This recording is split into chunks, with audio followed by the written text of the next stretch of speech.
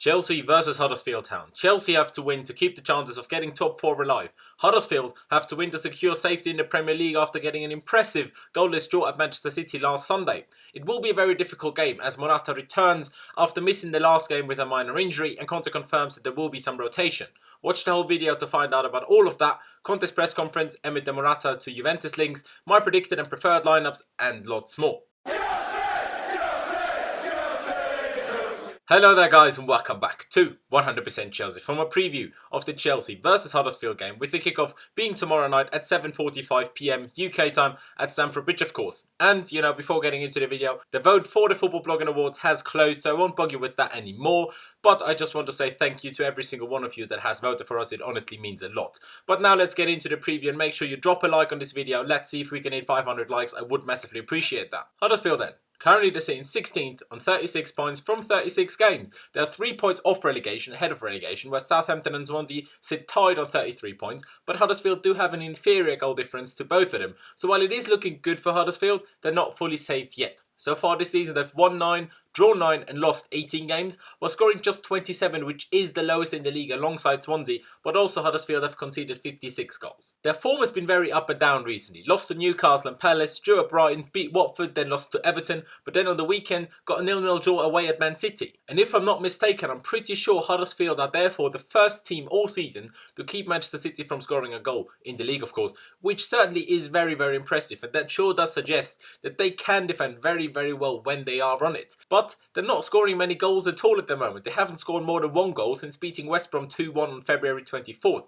But generally, just the fact that Huddersfield look like avoiding relegation is impressive, because in a lot of people's opinion, they have the worst squad in the league, especially Southampton, West Brom and Stoke, who are all behind them, certainly have better squads than, Hud do. So I really do hope that we'll beat them tomorrow, but I also hope that Huddersfield can stay up. And I just want to say well done to David Wagner and their team, to be honest. I wasn't lucky enough to go to the away game back in December when we beat them 3-1, but people told me that it was the best home atmosphere they've experienced in the Premier League in a long time, and the league needs that. Every league needs atmospheres as good as possible really, and therefore I just hope they stay up really. Huddersfield did play a physically very tough and demanding game against Man City on Sunday though, so they might be forced to make some rotations, and 2 of their defenders took minor knocks and are a small doubt ahead of the game tomorrow night as well. Talking about how they usually set up, and they almost always go for a 4-2-3-1 formation, but against City they started with a 5-4-1 system, so let's see what Wagner is going to go with tomorrow, but I reckon it's probably going to be 4-2-3-1 again. And the game won't be easy at all for Chelsea. They are fighting for their lives to avoid relegation, and their manager David Wagner said himself,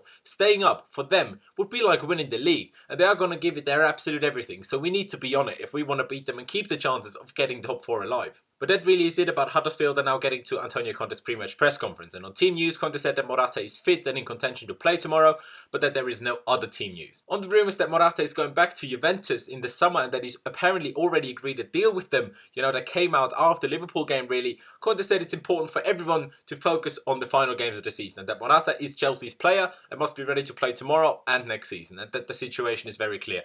I myself, I'm not buying into these rumours. I don't think he's agreed anything with Juventus. I think he's staying. Yes, he might have mental issues. We all know that. He's a very much confidence-based player, but a lot of players are. I don't think, well, he's not been great. I don't think he's as bad as some people are trying to make it out to be. Yes, he's missed sitters. And as well as I do, that I've been furious about that.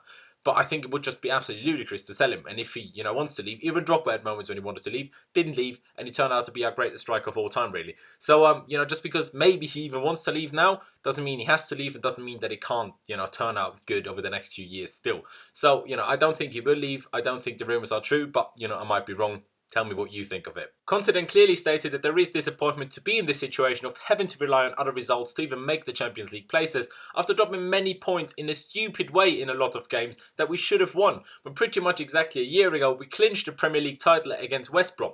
But now there is no time for regret, Conte said. We have to try our best to win our remaining games and the cup final, and if we then don't succeed, then we can have regrets, but there is no time for it now. And I fully agree with that. There's no point, crying about former results against West Ham and Watford and Bournemouth now. There's no point. We just have to move on, be focused, win our remaining games, win the cup final. And if we then don't succeed to get top 4 and win the cup final, then we can have regrets about the former, performances and results. But there's no point in doing so now. On Huddersfield, Conte said that we expect to have a tough game. They are fighting to avoid relegation and we have to play another tough game after leaving a lot of mental and physical strength on the pitch against Liverpool. And then the boss was asked about Bakayoko and he said that everyone has to remember that he's only 22 years old and it's his first season in this country. To adapt yourself to this league quickly and to adapt to our idea of football isn't easy, but he has the right characteristics to play for Chelsea. And he also played a good game against Liverpool, but he still has a lot of room for improvement after having a poor and difficult season overall. Asked whether he expects this to be his last game at Stamford Bridge, Conte simply said that he's very focused on the present and doing his job the best way possible for the fans and the club. The present is to finish the season in the best way possible because that's what the fans deserve. Don't really know what to make of that. I think we all believe that he will leave, but we don't know. And still, even if we have all had our issues with Conte, or most of us, let's say, he still won us the league last season and he played a crucial part in us winning the league. It wasn't just the team. And, we enjoyed some very good moments together. So even though there has been a lot of difficulties this season, it will still be sad to see him go. And, I'd like to give him a proper send-off, at least at the cup final, preferably with winning that. But, we'll have to wait and see. Let's read it about the press conference then now coming to Chelsea. Now, after the game against Liverpool on Sunday, Conte already said that we left a lot of energy on the pitch and might rotate the team a little for the game against Huddersfield. So with that in mind, I do expect there to be a few changes. The formation, I'm yet again not also sure about. We beat Burnley, Swansea and Liverpool by playing 3-5-2, but won the cup semi-final by playing 3-4-3. 3-5-2 worked very well against Liverpool, kept them from creating many chances and still allowed us to threaten at times. But I think it does still limit us in our attacking threat, if I'm honest, especially against Swansea. Really didn't create many opportunities to score. Like the performance against Swansea, even though we won and it was an important win, wasn't very good at all. So I'd rather see a 3-4-3 or a 3-5-2 with Pedro in midfield instead of Fabregas or Bakayoko. Some people might say, why Pedro and why not Willian? Well, Conte used Pedro midfield in a 3-5-2 before and was impressed by him. So if anyone of those two is going to play in that position, it's going to be Pedro and not Willian. But coming to my lineup, Courtois will and should start in goal. And I wouldn't actually change anything in our back three. We have defended very well recently with a back three of Azpilicueta, Gary Cahill and Antonio Rudiger.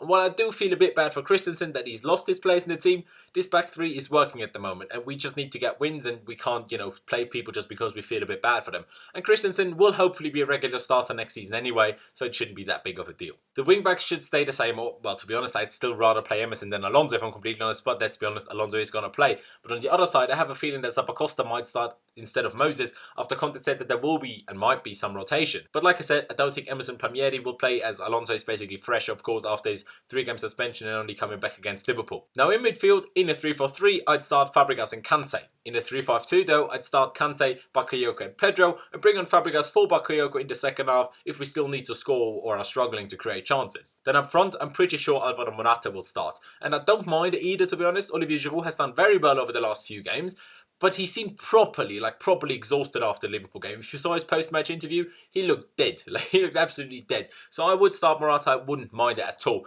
But Hazard simply has to start, even if he's dead tired. He's too good and too important to the team to even give him a rest, to be honest. And even if he doesn't perform to his best every week, when he's on it, he's unplayable. And there is always a chance that he is on it. So he has to start. So obviously in a 3-5-2, that would be the front two of Hazard and Morata. But in a 3-4-3, I think it should be Willian on the right rather than Pedro. But I actually think that Conte sees Morata more suited to the 3-4-3 and Giroud more suited to the 3-5-2. So we'll have to wait and see what he'll actually pick. Like I said, I do expect some rotation, but it would surprise me if the likes of Danny Drinkwater or Ross Barkley got a start. So I think we're going to see the main players that we usually see, with a few rotations here and there. As I said before, it will be a very difficult game in my opinion. Huddersfield are fighting for their lives to avoid relegation, and we are fighting for our lives to still get top 4 after it seemed utterly impossible just a few weeks back. And to be fair, we've also been in good form recently. Not the greatest of performances all the time maybe, but 5 wins on the bounce, including the cup semi-final, is good form. But how can I predict anything but a 1-1 for this? All of the last 5 games, I've predicted to finish 1-1,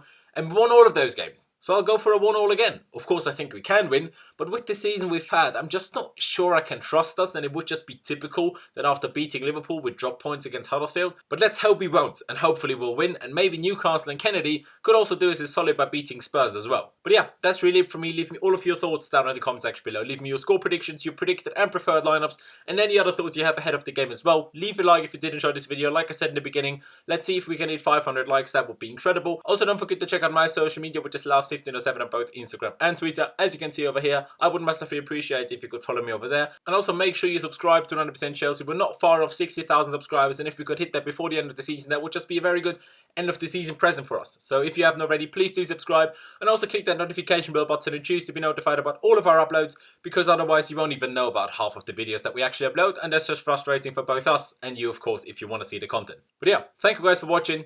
Up the Chelsea, and I'll see you next time.